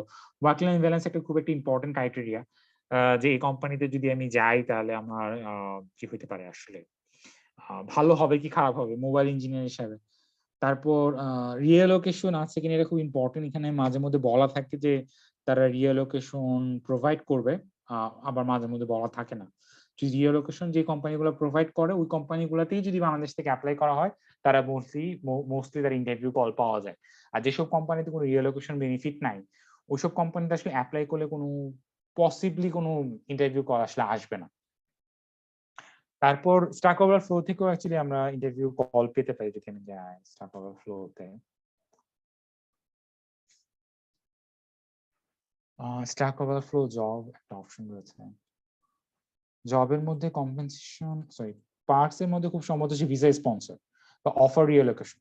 যেভাবে আমরা ফিল্টারিং অ্যাড করে যদি আমরা যাই, তো যেসব কোম্পানিতে অ্যাকচুয়ালি বিশেষ স্পন্সর কোর্সে senior backend engineer most likely যদি ওপেনিং জব পজিশনের জন্য যদি আমরা ম্যাচ করে, দেন এখান থেকেও আমরা আসলে ডাইরেক্ট অ্যাপ্লাই করতে পারি। এখানে বিভিন্ন কোম্পানি রয়েছে, স্পেসিফিক ভাবে খুব সম্ভবত লোকেশন দিয়েও সার্চ করা যায়। স্পেসিফিক ভাবে যদি আমি লন্ডন স্পেসিফিক সার্চ করতে চাই, তো যেসব কোম্পানি লন্ডন আমি স্পেসিফিক ভাবে বিশেষ স্পন্সর করতেছে তাদের ক্ষেত্রেই আমার আসে। আর আমার ক্ষেত্রে হয়তো খুব সম্ভবত পাইথন কি বলা চলে আসলে, আমার অনেক পয়েন্ট মেবি পাইথনে, ওরা মনে হয় আনফরচুনেটলি এভাবে ফিল্টারিং করে। তো যে জবের মধ্যে পাইথন খুব সম্ভবত জবটা একটা ক্রাইটেরিয়া, ওই জবগুলি আমার মানে আমার সার্চের মধ্যে আসছে। সেটা পার পার্সন ডিফারেন্ট হয়, এক একজনে এক এক রকম। লিঙ্কডইনেও খুব ভালো সোর্স, আমার ধারণা সবাই লিঙ্কডইনের মাধ্যমে আসলে জব সার্চ করছি। এমনি অটোমেটিক ভাবে আসলে অনেক পজিশনের জন্য থাকে। এবারেও যদি জব সার্চে যদি যাই, স্পেশাল ভাবে এখানে ফিল্টারিং করা যায়। রিসেন্ট আমি লিঙ্কডইন কানাডাতে যেসব জব সার্চ আমি করেছি, লিঙ্কডইনে most of the job actually আমার প্রফেশনের উপর ডিপেন্ড করে আসে, বা চাইলে আসলে সফটওয়্যার ইঞ্জিনিয়ার আর প্রোডাক্ট ম্যানেজার হোয়াট এভার, আপনি স্পেসিফিক ভাবে যে ক্রাইটেরিয়া গুলো করতে চাচ্ছি ওই ক্রাইটেরিয়া গুলো দিয়ে আসলে অ্যাপ্লাই করা যায়। এই 3টা সাইডই মেইনলি আমি ফলো করতাম। এ বাদে আসলে আমার তেমন কোনো সাইট ফলো করা হতো না। কারণ এই ব্যাপারে কোনো কোশ্চেন আছে এখন পর্যন্ত? আচ্ছা ভাই, আমার একটা কোয়েশ্চেন ছিল। কথা কি শোনা যাচ্ছে? হ্যাঁ স্যার, হ্যাঁ শোনাচ্ছে। ভাইয়া, ওই বিশেষ করে লিঙ্কডইনের থ্রুতে যখন অ্যাপ্লাই করা হয় তখন দেখা যায় যে অনেকগুলো কোম্পানিতে বা কোম্পানির থ্রুতেও যখন অ্যাপ্লাই করা হয় তখন অনেকেই হচ্ছে যে সিভির পাশাপাশি কভার লেটারটা নেয়। হ্যাঁ তো কভার, হ্যাঁ এটা সেক্ষেত্রে নিয়ে আমি কভার আসতাম। লেটারে ও আচ্ছা, Sure. কভার লেটারটা এইটা আমার একটা পয়েন্ট ছিল, এটাতে আমি আসতাম আসলে কভার লেটার গুলোতে। তো এটা মোস্টলি হচ্ছে যে আপনি ডিসকাস করবেন। আচ্ছা, মোস্টলি সিভি বাদেও একটা কভার লেটার আসে। আচ্ছা, এটার ব্যাপারে যেহেতু কোশ্চেনটা আসছে আমি এটা বলে আসি। বিশেষ করে কিছু বড় বড় কোম্পানির ক্ষেত্রে স্পেশাল ভাবে আসলে আমাদেরকে সিভি বাদেও আসলে কভার লেটার একটা পোস্ট করা লাগে। তো আমি যে কাজটা করছি আসলে, আমার দেখা যাচ্ছে না স্ক্রিন, আমি আসলে কিভাবে বলা যায় আসলে আমি যদি আরো ভেঙে বলি, আমার আসলে গত বছর আগস্টে আমার একটা অ্যামাজনে একটা ইন্টারভিউ ছিল। যদিও আমার ইন্টারভিউটা ক্লিয়ার হয়নি, তারপর থেকে আসলে আমি অনেক অ্যাপ্লাই করছি এই লিঙ্কডইন, স্ট্যাক ওভারফ্লো এবং হচ্ছে কি বলা যায় আসলে ওপেন গ্লাসডোর সবার মাধ্যমে। তো আমি কিছু স্যাম্পল কভার লেটার এইসব জিনিস বানায় এনেছিলাম। বিশেষ করে stack overflow how to job apply, এখানে একটা এটাই আসলে আমার একটা কভার লেটার ছিল। তো এখানে আমি 3টা পয়েন্ট করতাম। প্রথম মানে 3টা প্যারা ছিল আসলে, বা 4টা প্যারা ছিল অ্যাকচুয়ালি। প্রথম প্যারাতে আমার জিনিসটা ছিল হচ্ছে যে আমি কি কাজ করছি আমার লাইফে, হ্যান ত্যান। আমি ফুল স্ট্যাক ডেভেলপার, আমি এই বাংলাদেশে আসি, প্রাইভেট ইউনিভার্সিটি ক্লাস নিছি, এই হ্যান ত্যান। তারপর হচ্ছে যে আমি আমার রোলটার উপর স্পেসিফিক ভাবে এমন কিছু কি পয়েন্ট, যেমন আমি গত বছর একটা ইন্টারন্যাশনাল হ্যাকাথন দিচ্ছিলাম। তো আমার কাছে মনে হচ্ছে ইন্টারন্যাশনাল হ্যাকাথন একটা ভালো হাইলাইট হতে পারে। তো আমি আমার ওই কভার লেটারের মধ্যে ইন্টারন্যাশনাল হ্যাকাথন বলতাম। আর তারপরে পয়েন্টটা ছিল, যদি এটা স্পেসিফিক ভাবে আসলে স্ট্যাক ওভারফ্লো হয়ে গেছে, তারপরে পয়েন্টটা ছিল যে আমি আসলে কোন পজিশনের জন্য অ্যাপ্লাই করছি, ওই পজিশনের সাথে যে আমার কোর ভ্যালুগুলো ম্যাচ করতেছে। যদি আমি আরো ভাঙা বলি, ধরো যে জালান্ডোতে যখন আমি অ্যাপ্লাই করব, তখন জালান্ডোতে একটা কোর ভ্যালু আছে। জালান্ডোতে আমি আসলে কেন কাজ করতে চাই, প্রত্যেকটা স্পেসিফিক কোম্পানির জন্য কিছু রয়েছে। জালান্ডো হইতে পারে, তারপর হয়তো মাইক্রোসফট হইতে পারে, ফেসবুক হইতে পারে, অ্যাপেল হইতে পারে। তো ওই কোম্পানি গুলার ওরিয়েন্টে আমি রিসার্চ করে আসলে আমার থার্ড পয়েন্ট বা স্পটিফাই, এই থার্ড পয়েন্টটা আমি আসলে একটা অ্যাড করতাম, যেখানে যে ওপেনিংটা আছে ওপেনিংটার সাথে আমি নিজেকে অ্যালাইন করি যে আমি এই পজিশনের সাথে আসলে ম্যাচ করে। আমাকে যদি ইন্টারভিউ কল করা হয় তাহলে আমি আসলে ভালো একজন ক্যান্ডিডেট হতে পারি। তো তারপরে লাস্ট প্যারাটা আমার যেটা ছিল আসলে, লাস্ট পেজে তাকে থ্যাংক ইউ জানানো যে এত টাইম দিছে। তারপর যদি তার কোনো কোরি থাকে, আমি পার্সোনাল ডিটেলস আমি শেয়ার করতাম। আমি স্কাইপি আইডি, তারপর ইমেল আইডি, ফোন নাম্বার, এগুলো দিয়ে আমি তাকে একটা মানে আমি এরকম একটা অ্যাপ্রোচ করতাম আসলে কভার লেটারে। এক একজনের কভার লেটার এক এক রকম হইতে পারে, বাট মোস্ট ইম্পর্টেন্ট থিং হচ্ছে কভার লেটার কাইন্ড অফ হচ্ছে যে কিভাবে বলা চলে আসলে, অনেকে সিভি থেকে কভার লেটার পরে আসলে মানে এই পয়েন্ট গুলো থেকে আমাদের একটা আমার ক্ষেত্রে আমি যেটা আমি অনেক অ্যাপ্লাই করছিলাম, আমি একটা কাইন্ড অফ হচ্ছে টেমপ্লেট ক্রিয়েট করে নিছিলাম। 10 এরকম ছিল। প্রথমটা মানে ফার্স্ট প্যারাটা ছিল আমি কি করছি হ্যান ত্যান। সেকেন্ড প্যারাটা ছিল আসলে যে ওপেনিং পজিশনের জন্য আমি আসলে জবের জন্য অ্যাপ্লাই করতেছি, এই পজিশনের জন্য আমার স্কিল সেট কি মিস করতে কি ম্যাচ করতেছে। থার্ড পজিশন ছিল কোম্পানির কোর ভ্যালুর সাথে আমি কিভাবে অ্যালাইন করি। জালান্ডো ক্ষেত্রে হয়তো বা শপিং বা গ্রেট ওয়ার্কিং কালচার বা হ্যান ত্যান বা এই টাইপের যে আমি কখনই আসলে গিভ আপ করি না। আমার যদি কোনো ওইরকম কিছু একটা স্টোরি, খুব বেশি বড় না আবার খুব ছোট না, 3-4 লাইনে এক প্যারা হতে পারে। এবং ফাইনালি আর কি নিজের পার্সোনাল ডিটেইলস, যে আমি আরো যদি ডিটেইলস কথা বলতে চাই, তার Skype ID plus phone number. এখন পর্যন্ত আমি এই ফরম্যাটটা আমি আসলে এই ফরম্যাটটা শুধুমাত্র কভার লেটারের জন্য না, কভার লেটার বাদেও আসলে হচ্ছে যে রিক্রুটারকেও আমি মেল দিতাম, রিক্রুটারকে রিচ করতাম। রিচ করার একটা প্রসেস ছিল আসলে রিক্রুটারকে মেল দেওয়া। তো রিক্রুটারের মেলের মধ্যেও আমি এই সেম ফরম্যাটে আমি রাখতাম, কিছু জিনিস জাস্ট চেঞ্জ করতাম, যে কোম্পানির নাম প্লাস হচ্ছে স্কিল সেটের জন্য যদি সেট করা লাগে, বাট মোস্টলি হচ্ছে যে এইটা কমন ছিল আমার জন্য। আর এই বাদেও হচ্ছে যে আরেকটা ব্যাপার হচ্ছে যে যে কোনো সময় আসলে রিজেকশন আসতে পারে। যদি কেউ রিজেকশনও মেল দেয়, যেমন recruiter sample mail almost cover letter আরেকটার মধ্যে জিনিস ছিল, যেমন লোকেশন। আমি যদি বলি একটা সফটওয়্যার ইঞ্জিনিয়ারিং রোল, এই টাইপের জিনিসপত্র চেঞ্জ করতাম, লোকেশন, রিক্রুটারের নাম, এখানে নামটা অ্যাড হতো, কোম্পানি নাম। মানে আমি যেহেতু আসলে অনেক অ্যাপ্লাই করছি, তো আমার ক্ষেত্রে কাছে মনে হচ্ছে যে আমার একটা টেমপ্লেট দরকার। ওই টেমপ্লেট দিয়ে আমি মাল্টিপল জায়গায় আসলে ফরওয়ার্ড করতাম, যে এই ছোট ছোট জিনিসগুলো আমি চেঞ্জ করে দিয়ে আমি অ্যাপ্লাই করতাম। এরকমও হয়েছে যে আমি মাইক্রোসফটের জন্য হয়তো অ্যাপ্লাই করতেছি, আমি হয়তো গুগলের জন্য আগে পাঠাইছিলাম, মাইক্রোসফটের একটা জায়গায় গুগল নাম লেখা সহ আমি পাঠাই দিচ্ছি, কিছুই করার নাই।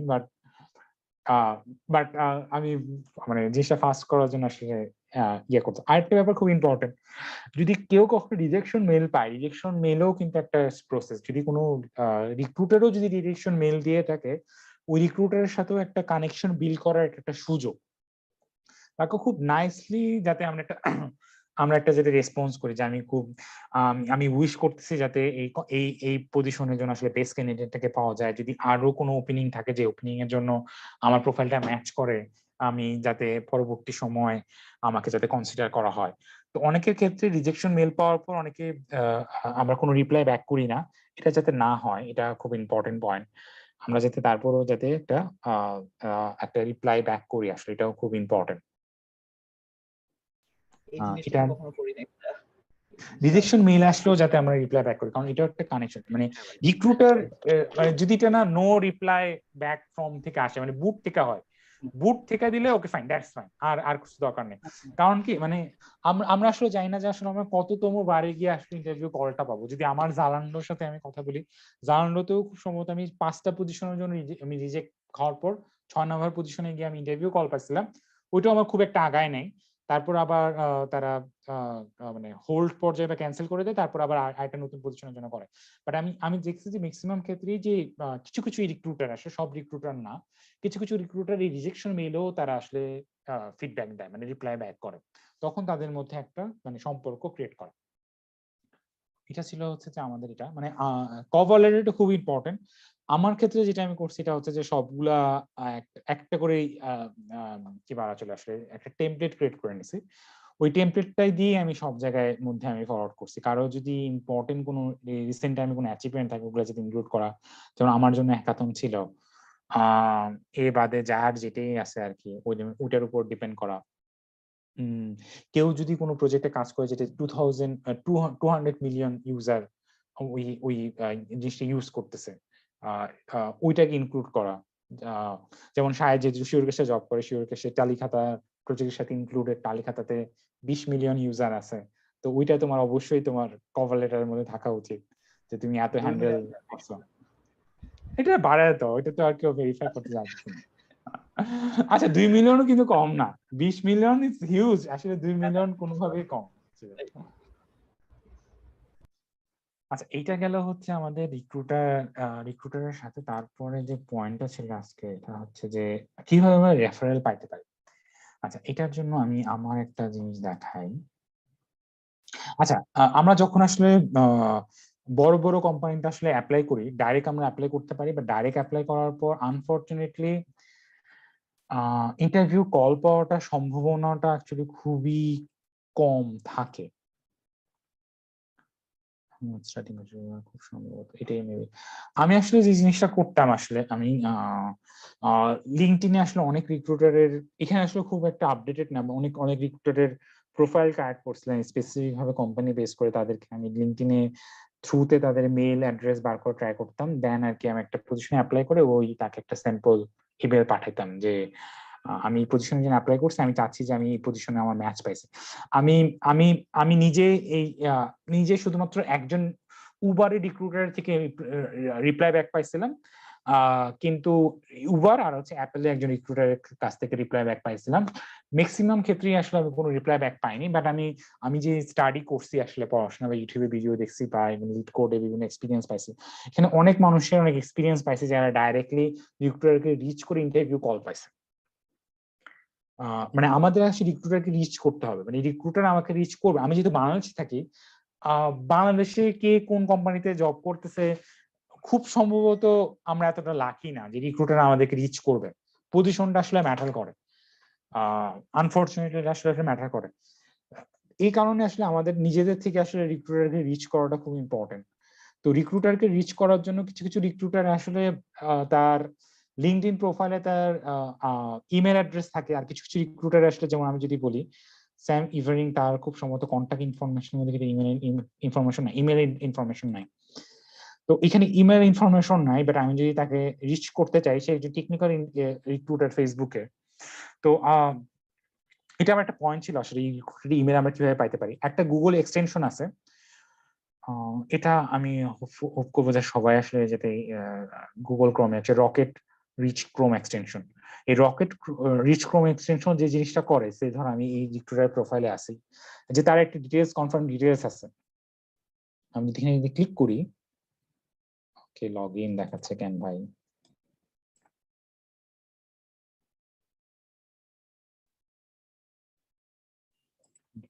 খুব কম।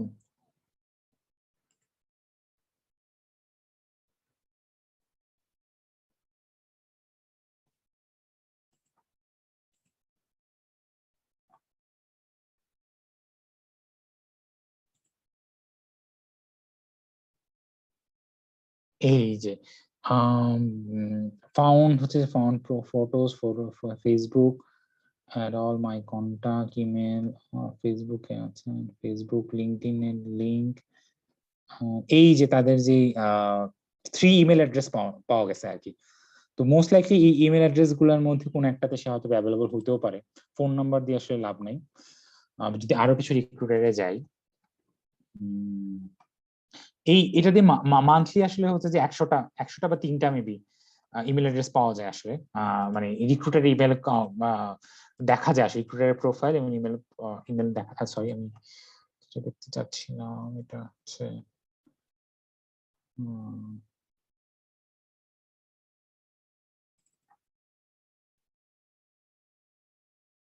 এটা না,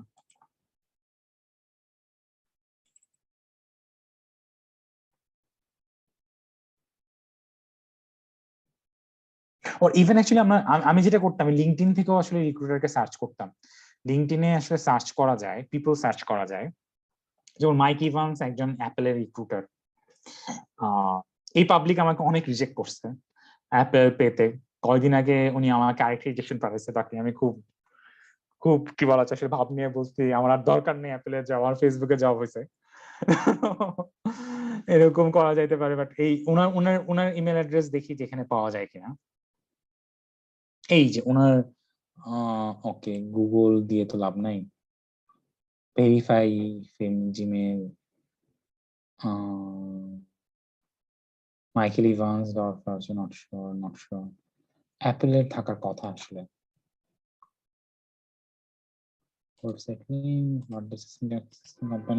ইভেন অ্যাকচুয়ালি যদি কোনো রিক্রুটারের বার্থডেও জানা যায়। আচ্ছা আমি আরেকটা ব্যাপার বলবো আসলে, নর্মালি আমরা আমাদের মানে বাঙালিরা যেটা করি, আমরা আসলে অনেক রিক্রুটারকে কানেক্ট করি, কানেক্ট করার পর তারপর তাকে আমরা মেসেজ পাঠাই যে আমি এই পজিশনের জন্য আমার এই হচ্ছে প্রোফাইল,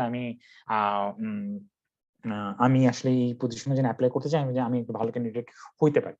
তো রিক্রুটাররা মোস্টলি খুব খুব নাইস হয়, বাট নট নেসেসারি তারা আসলে রিপ্লাই ব্যাক করবে। তারা এই ধরনের প্রচুর মেসেজ বা প্রচুর পিং তারা অনেক পাওয়া যায়, প্রতিদিন প্রতিদিনই দেখা যায় যে কম করে হলো অ্যাটলিস্ট প্রায় 20 থেকে 30 জন তাকে আসলে পিং করতেছে লিঙ্কডইনে।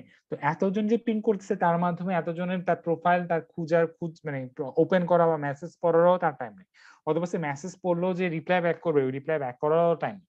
তো এর জন্য যেটা করা যেতে পারে, আমি যে জিনিসটা আসলে প্রেফার করতাম, আর এটা আমার প্রথম থেকে ভুল হয়েছে, আমি মানুষের জনের কাছ থেকে আসলে বিভিন্ন ইউটিউব ভিডিও দেখে আসলে যেটা শুনছি, কোন রিক্রুটারকে ফার্স্টে কানেক্ট করার পর সাথে রিকোয়েস্ট দেওয়া উচিত না। অনেক রিক্রুটারই আসে যে প্রচুর প্রচুর পোস্ট করে আসে, প্রচুর পোস্টে লাইক করে। তো যারা যেসব লাইক করছে বা কমেন্ট করছে ফার্স্ট ওইসব পোস্টে লাইক টেক করা বা কমেন্ট করা, এবং যদি দেখা যায় যে তার বার্থডে আছে তাকে একটা সিম্পল বার্থডে উইশ করা, যেমন এই পার্সনের বার্থডে হচ্ছে 16 এপ্রিল, তাকে একটা একটা কাইন্ড অফ হচ্ছে কানেকশন বিল্ড আপ করা, যে ফার্স্ট একটা থ্যাঙ্কস জানানো, তারপর একটা কানেকশন বিল্ড আপ করে তারপর অ্যাপ্রোচ করা যে আমি এই ধরনের কাজ করছি বা এই ধরনের কাজ করি, আমি একটা ওপেনিং দেখছি। ফার্স্টে হচ্ছে যে কোনো এরকম আমার প্রোফাইল আমাকে একটা জব দেয়, এরকম কখনোই যাতে না করি। রিক্রুটার বা যে কোনো রিক্রুটারকে যদি ইমেল করি বা রিক্রুটারকে যদি রিচ করি, তো সব থেকে ইম্পর্টেন্ট হচ্ছে যে ওই একটা ওপেনিং পজিশন সহ তাকে রিচ করা, যে এই পজিশনটা আমি দেখতেছি, এই পজিশনটার সাথে আমার প্রোফাইল ম্যাচ করে, তুমি কি আমাকে ফরওয়ার্ড করতে পারো কিনা, বা তুমি কি এই আমাকে কোনো গাইডলাইন দিতে পারো কিনা, আমি কি অ্যাপ্লাই করবো কিনা, বা আমি অ্যাপ্লাই করছি তুমি একটু দেখবা কিনা। এই টাইপের জিনিস করলে অনেক রিক্রুটার আসলে খুব নাইসলি আসলে কল ব্যাক করে, দেন হয়তো এটা প্রসিড করে। আমার ক্ষেত্রে হয় না, বাট আমার ক্ষেত্রে এরকম রেসপন্স পাইছি যে যে আমি তো এই পজিশন দেখি না, অন্য কেউ হয়তো তোমাকে রিচ আউট করবে, তুমি হয়তো এটা ওয়েট করো, তোমাকে অনেক রেসপন্স ব্যাক করবে। বাট আমি এটা শুনছি অনেকের ক্ষেত্রে এটা হয়েছে যে তাকে রিচ করার পর রিক্রুটার নিজে থেকে আসলে উৎসাহিত হয়ে তাকে ইন্টারভিউতে ফরওয়ার্ড করছে। তো হিউম্যান কানেকশনটা খুব ইম্পর্টেন্ট। তো একটা গুগলে এক্সটেনশন বলুন, এর বাদে একটা ফেসবুক গ্রুপ আছে, আমি নট শিওর যে ফেসবুক গ্রুপটা কতজন জানি। এটা একটা private group, reach recruiter email sharing, এখানে অনেক মানুষ হচ্ছে রিক্রুটার ইমেল শেয়ারিং করে। তো এখানে যদি যাই যে হ্যাপি ফেব্রুয়ারি, এখানে অনেকে ওরাকল, তারপর হচ্ছে গুগল.com এস অ্যাকচুয়ালি হচ্ছে গুগলের রিক্রুটার, তো murji.google.com, এই ধরনের রিক্রুটার, সিসকো, মানে খুব খুব খুব তারা খুব খুব হেল্পফুল আসলে। এই রিক্রুটারকে কিছু ব্লুমবার্গেরও কিছু রিক্রুটার মানে ওদেরকে আসলে রিচ করা যায়, তাদেরকে আমরা এরকম স্যাম্পল টেমপ্লেট দিয়ে আসলে রিচ করতে পারি। আর আরেকটা ব্যাপার হচ্ছে যে লিঙ্কডইনে মেল করার থেকে, যেহেতু লিঙ্কডইনটা চেক করা রিক্রুটারের day to day life job না, বাট রিক্রুটারের ইমেল চেক করা তার day to day life job. আর আরেকটা ইম্পর্টেন্ট, যারা অ্যাকচুয়ালি বাইরে পড়তে যায় এটা খুব খুব করে বলে, টাইমিংটা খুব ইম্পর্টেন্ট। একটা রিক্রুটারকে যদি এখন আমি যদি বলি, এখন আমাদের বাংলাদেশে বাজে হচ্ছে 8টা 58, যদি আমি লন্ডনে কোনো রিক্রুটারকে রিচ করতে যাই, লন্ডনে এখন বাজে হচ্ছে 3টা 58, সরি 3টা না 2টা 58। তো এখন যদি মেল করি নট নেসেসারি সে দেখবে। যেমন যদি আমার ডে টু ডে লাইফের সাথে আসি, আমি যখন আসলে জবে যাই বা কোনো জব শুরু করি, আমরা প্রথমে কি করি, যারা আসলে প্রফেশনাল তারা স্ল্যাক ওপেন করি বা গুগল টিম হোয়াট এভার, মানে মাইক্রোসফট টিম ওপেন করি বা স্ল্যাক ওপেন করি, দেখি যে আমাকে কেউ পিং করছে কিনা, আমি ইমেলটা চেক করি। তো এর জন্য সব থেকে ভালো হচ্ছে যে যখন তার ডে টু লাইফটা ওপেন হইতেছে, মানে কাজ শুরু করবে, তার 10 থেকে 5 মিনিট আগে তাকে ইমেল করা। হায়ার স্টাডিজ এর জন্য মানে প্রফেসরদেরকে রিচ করার জন্য অনেকেই সাজেশনটা দেয়, এই সেম সাজেশনটা এখানে আসলে রিক্রুটারকে রিচ করার জন্য হয়, যে তার তার যাতে মানে নর্মালি আমি যদি দেখি আসলে আমার ক্ষেত্রে রিসেন্ট টাইম আমি একদিন বা 2 দিন পর যদি ইমেলটা ওপেন করি, আমি দেখি যে 20টা ইমেল বা 25টা ইমেল আমার নিউ ইমেল আসছে। 25টা ইমেল কিন্তু আমি শেষ থেকে পড়া শুরু করি, আমি কিন্তু প্রথম যেই রিসেন্টলি যে ইমেলটা আসে ওটি আসলে ওপেন করি।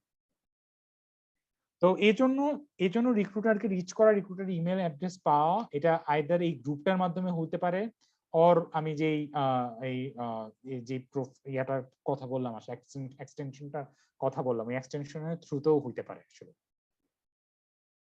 এই এক্সটেনশনের থ্রুতেও হইতে পারে, প্রোফাইল বা রিসেন্টলি লুকআপ বা বিভিন্ন প্রোফাইলের মাধ্যমে মাই কন্টাক্ট হতে পারে অ্যাড। যেমন সিনিয়র রিক্রুটার ছিল, এই যে উনি একজন ফেসবুকের একজন সিনিয়র রিক্রুটার, ওনার যদি লিঙ্কডইন প্রোফাইলে যায়, ওনার ইমেল অ্যাড্রেস আছে। কিছু কিছু ক্ষেত্রে এটা প্রপারলি কাজ করে, এটা এতটা আপডেটেড না, বাট কিছু কিছু ক্ষেত্রে আসলে প্রপারলি আপডেটেড। উনি একজন টেক লিড রিক্রুটার, ওনাকে আসলে রিচ করা যেতে পারে। এটার ব্যাপারে কারো কোনো কোশ্চেন আছে কিনা?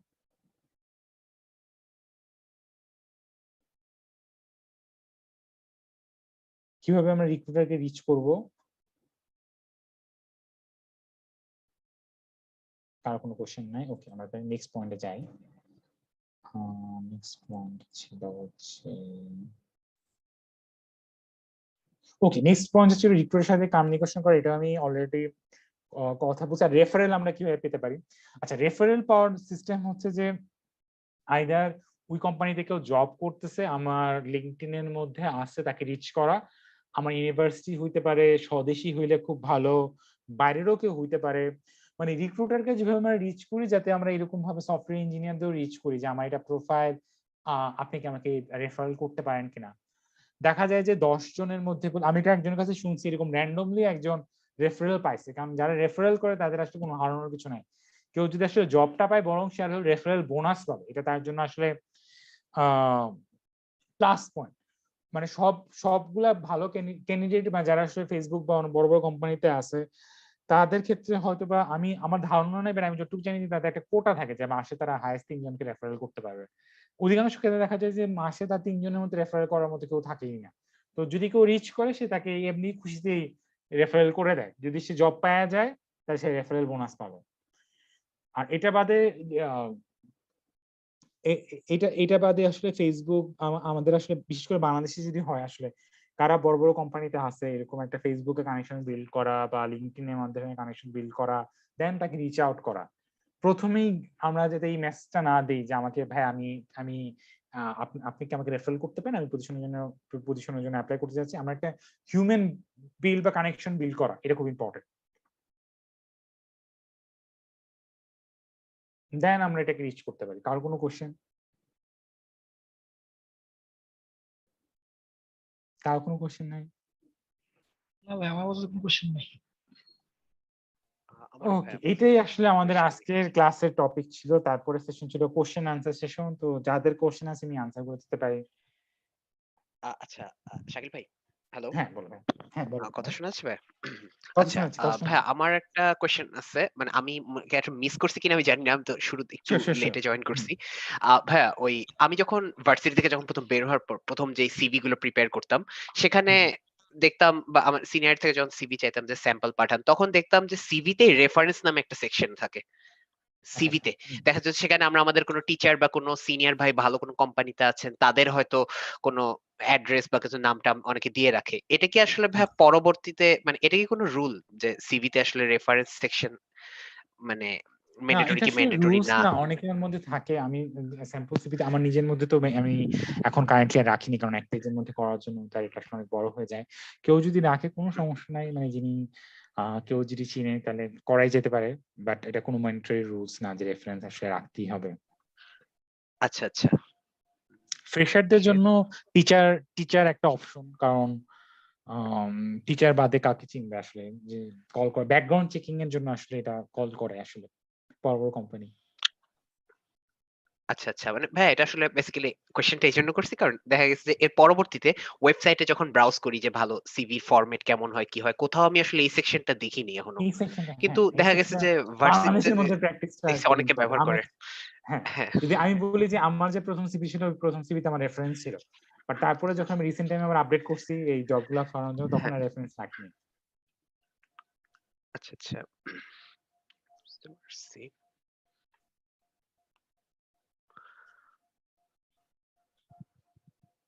আচ্ছা, এখন তাহলে হচ্ছে যে নেক্সট ক্লাসের টাইমিং এর ব্যাপারে কোশ্চেন। 8টা কি খুব আর্লি হয়ে যায়? তাহলে কি আমরা 9টা থেকে করবো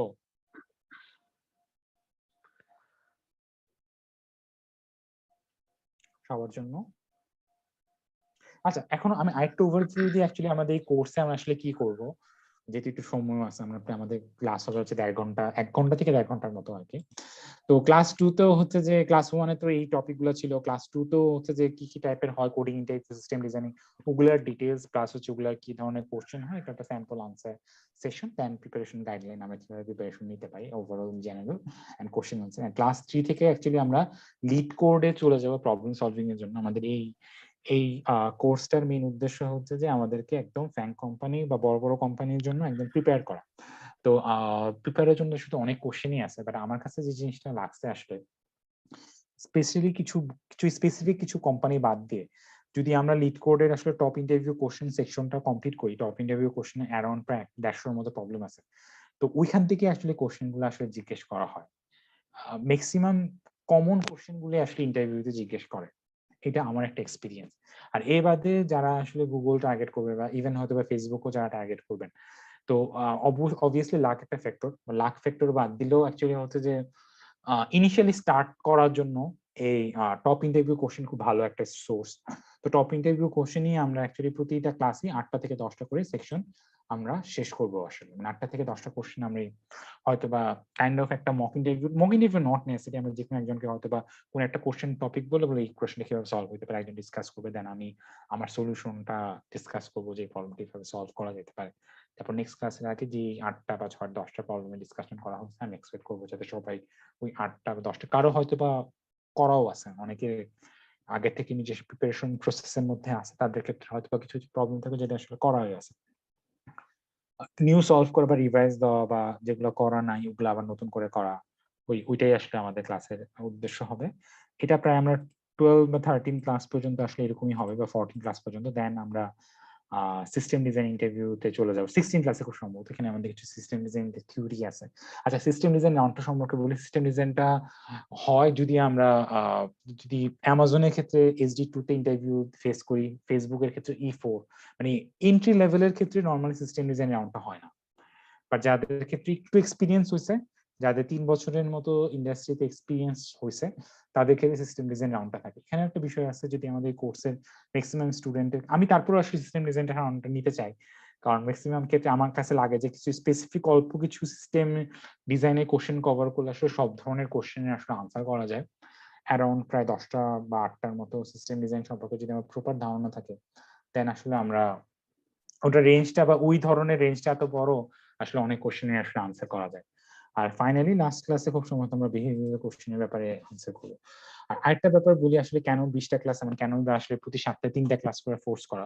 আমার ফেসবুকে জয়েনিং হচ্ছে 8 নভেম্বর, আর ফেসবুকের সাথে আমার যে কন্ট্রাক্ট সাইন করা হচ্ছে, এখানে খুব স্পেসিফিক একটা জিনিস ডিল ছিল, যে হচ্ছে যে আমি ফেসবুকে জয়েন করার পর ইন্টারভিউ প্রসেসে কাউকে হেল্প করতে পারবো না, যে ফেসবুকে কেউ হয়তো বা ইন্টারভিউ প্রসেস আছে ফেসবুকের মধ্যে, এটা আমার আসলে ব্রিচ করে, আমার কন্ট্রাক্ট আসলে ব্রিচ করে। আর যেহেতু হচ্ছে যে আমি ইউকে তে মুভ করবো, ইউকে তে যাওয়ার আগে 10 দিন একটা কোয়ারেন্টাইন লাগে, মোস্ট লাইকলি যদি সবকিছু একদম প্ল্যান ওয়াইজ হয়, আমি অক্টোবরের 20th অক্টোবরের পরে ফ্লাইট করবো।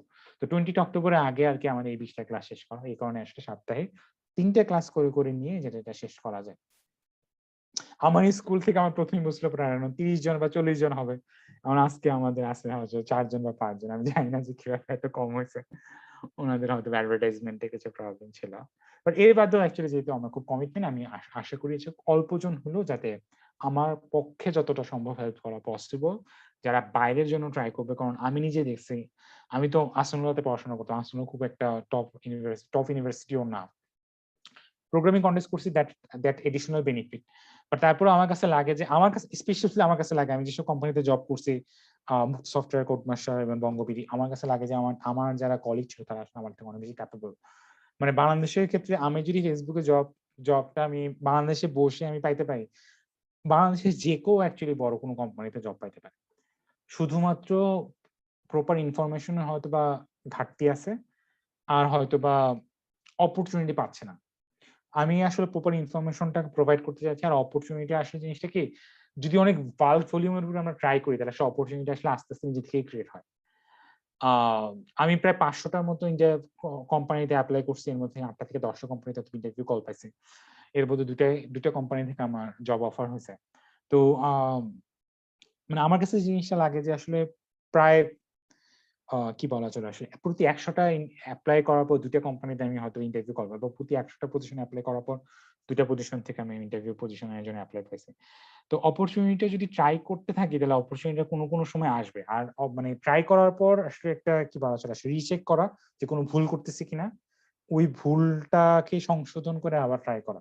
যেমন প্রথম দিকে আমার হয়তো সিভি মেকিং এ আমার ভুল করতে পারি, সিভিটা আহ, খুব খুব ইম্পর্টেন্ট প্রায়োরিটি দেওয়া উচিত। তারপরে রেফারেল জোগাড় করে টাইমিংটা খুব ইম্পর্টেন্ট। যেমন ফেসবুকে আমার যে এখন আমি ইন্টারভিউ কলটা পাইছিলাম, ফেসবুকে আগেও আমি রেফারেল থ্রুতে অ্যাপ্লাই করছিলাম। গত বছর সেপ্টেম্বরের দিকে আমি ফার্স্ট একটা রেফারেল থ্রুতে অ্যাপ্লাই করি, দেন আমি ডিসেম্বর মাসেও ডাইরেক্ট নিজে থেকে অ্যাপ্লাই করি, আবার ফেব্রুয়ারির দিকেও আমি রেফারেল থ্রুতে অ্যাপ্লাই করি। তখন আমার কোনোভাবেই আসলে ইন্টারভিউ কল আসলে হয় নাই। ফেসবুকে যেটা হয় যে প্রতি 3 মাসের জন্য 3টা পজিশনের জন্য অ্যাপ্লাই করা যায়। প্রথমবার যখন সেপ্টেম্বর জন্য অ্যাপ্লাই করি, সেপ্টেম্বর, অক্টোবর, নভেম্বর পর্যন্ত আমি আর 3টা পজিশনের বাইরে অ্যাপ্লাই করতে পারি না। দেন আমি আবার ডিসেম্বর মাসে নিজে থেকেই 3টা পজিশনের জন্য অ্যাপ্লাই করি। দেন ডিসেম্বর, জানুয়ারি, ফেব্রুয়ারিতে আমি কোনো পজিশনের জন্য অ্যাপ্লাই করতে পারিনি। দেন মার্চে আমি আবার রেফারেল সহ অ্যাপ্লাই করি। দেন আবার এপ্রিলে আমি আবার নিজে থেকে একটা ডাইরেক্ট পজিশনের জন্য অ্যাপ্লাই করি, যেখান থেকে আমার ইন্টারভিউ কলটা হয়। তো কখন ইন্টারভিউ কল হবে, কি জন্য ইন্টারভিউ কল আমি পাবো, এটা আসলে কোনো গ্যারান্টি নাই। আমিও শুনি যে বাংলাদেশ থেকে অনেকে ডাইরেক্ট ইন্টারভিউ কল পায়, আসলে ইন্টারভিউ কল পায়, গুগল থেকেও ইন্টারভিউ ডাইরেক্ট কল পাইছে, এরকম রেফারেন্স আমি এরকম কথা আমি শুনছি। আবার অনেকে থাকে যে রেফারেল সহ অ্যাপ্লাই করে, রেফারেল সহ অ্যাপ্লাই করেও আসলে ইন্টারভিউ কল পাওয়া যায় না। টাইমিংটা খুব ইম্পর্টেন্ট, এই কারণে আমাদের অল পসিবল ওয়েতে ট্রাই করতে হবে। রেফারেল নিতে হবে, ডাইরেক্ট অ্যাপ্লাই করতে হবে, কভার লেটার রেডি করতে হবে, কভার লেটার যাতে যদি ভালো হয়, সিভিটা যাতে স্ট্রং হয়। দেন রিক্রুটারকেও রিচ করতে হবে। রিক্রুটারকে রিচ করলো, আমার রিক্রুটারকে রিচ করার প্রতি আমার ঘাটতি ছিল। আমি হয়তো 20 জন রিক্রুটারকে বিভিন্ন পজিশনের জন্য রিচ করছি। যদি আমি এটাকে 200 জন, এর মধ্যে একজনই শুধু আমাকে রিপ্লাই ব্যাক করছিল, উবারের একজন, কিন্তু সে বলছিল সেই পজিশনটা আসলে দেখে না। বাট এ বাদেও হচ্ছে যে যদি আরো মাল্টিপল ওয়েতে রিচ করা যায়, তখন হয়তো বা ওই রেসপন্সটা আসলে ব্যাক করা যায়। যেমন আমি তো আসলে 100 জন রিক্রুটারকে রিচ করি নাই, তাই আমি কারণ যে বলতে পারবো যে কতজন রিক্রুটার আসলে রিচ করলে আসলে রিপ্লাই ব্যাক করে, এটার আমার এখন পর্যন্ত আসলে এরকম ইনফরমেশন নাই। আচ্ছা, এটা বাদে হচ্ছে যে আমি সপ্তাহে 3টা ক্লাস করতে চাই, কোন কোন দিন করলে সুবিধা হয়? আমি 2টা হয়তো বা পোল করে দিব, যে আমাদের এই গুগল ক্লাসরুম যেটা ক্রিয়েট করা হয়েছে, প্লাস আমার এই স্কুলের কর্তৃপক্ষের সাথে কথা বললাম, যেটুকু জানি এটা আসলে রেকর্ডিং হচ্ছে, এই রেকর্ডিংটাও যাতে সবাইকে ফরওয়ার্ড করা হয়। আর এই বাদে নেক্সট ক্লাসে যারই যখন কোনো কোশ্চেন থাকে, যে কোনো সময় আমাকে রিচ করা যেতে পারে। এই তো, কার কোনো কোশ্চেন? নাইলে আজকের মতো এখানেই আমাদের সমাপ্তি। ভাই আমার একটা কোশ্চেন ছিল। হ্যাঁ, অবশ্যই অবশ্যই। আহ, ভাই আমরা হ্যাকাথন বা ওপেন সোর্স প্রজেক্ট এগুলা কিভাবে করতে পারি? হ্যাকাথনের জন্য তো আসলে কি বলা যায়, আসলে বিভিন্ন সাইট আছে, ওপেন সাইট আছে যেখানে আসলে পার্টিসিপেট করা যায়। ওপেন ন্যাশনাল হ্যাকাথন যেগুলো হয়, এগুলো তো ভার্সিটির বিভিন্ন গ্রুপের মাধ্যমে ইনফরমেশন জানা যায়, এটা একটা অপশন। আর ওপেন সোর্স প্রজেক্টে অ্যাকচুয়ালি স্টুডেন্টদের জন্য জিনিসটা টাফ, বাট কেউ যদি কোনো ফ্রেমওয়ার্ক, কোনো বিশেষ করে যদি আমি যদি বলি, আসলে যেমন আমি নিজে জ্যাঙ্গোতে কাজ করতাম মোস্টলি। তো জ্যাঙ্গোতে একটা ওপেন সোর্স ফ্রেমওয়ার্ক, তো জ্যাঙ্গোতে যে এই স্পেসিফিক ভাবে আসলে এই ধরনের কোনো একটা ফ্রেমওয়ার্কের সাথে ইনভলভ হওয়া, ওইখানে যে যত ওপেন ইস্যু আছে, ওই ইস্যু গুলা গো থ্রু করে যদি কোনো ইস্যু সলভ করা যায়, দেন ওইটাতে কাজ করা, ওইখান থেকে আসলে অনেক কিছু মানে শেখাও যায়। আর এ বাদেও অ্যাকচুয়ালি যদি কারো কোনো স্পেসিফিক কোনো ইন্টারেস্ট থাকে, আসলে ওই ধরনের উপর কাজ করা যেতে পারে। হ্যাকাথনের জন্য আসলে বিভিন্ন গ্রুপের মাধ্যমে ইনফরমেশন জানা যায়। ফেসবুকে হ্যাকাথন হয় আমি জানি, অ্যামাজনে হ্যাকাথন হয়, তো ওই ধরনের ইনফরমেশন গুলো আসলে সার্চ করার মাধ্যমে পাওয়া যেতে পারে। আমাকে যদি বলি, আমি যে হ্যাকাথনে পার্টিসিপেট করছিলাম, আমার একজন এক্স কলিগ ছিল, সে আমাকে ইনফর্ম করছিল যে সে এটা পার্টিসিপেট করতে চায়, আমি কি ইন্টারেস্ট কিনা। তো এরকম যারা আসলে এই ধরনের নলেজ রাখে, তাদের সাথেও কানেকশন বিল্ড করাটাও ইম্পর্টেন্ট। লিঙ্কডইন এর মাধ্যমেও জানা যেতে পারে, লিঙ্কডইনে অনেকে পোস্ট করে যে এই হ্যাকাথনটা হচ্ছে, যে কেউ পার্টিসিপেট করতে চায় কিনা। ফেসবুকের মাধ্যমে জানা যায়, আমি ফেসবুকের মাধ্যমে জানছিলাম। আর এটাই তো। ধন্যবাদ। এর বাদে আর কোনো কোশ্চেন? ওকে, তাহলে আজকের মতো এইভাবেই এখানেই সমাপ্তি। আমি পোস্ট করে দিব যে কোন কোন দিন ক্লাস সুবিধা হয়। আর আমরা সপ্তাহে 3টা করে ক্লাস নিতে হবে, যাতে আমরা শেষ করতে পারি 20টা ক্লাস অক্টোবর 20 তারিখ। আচ্ছা, তাহলে আজকের মতো এখানেই শেষ। ওকে, বাই বাই। ওকে, বাই বাই। ভাইয়া, বাই বাই।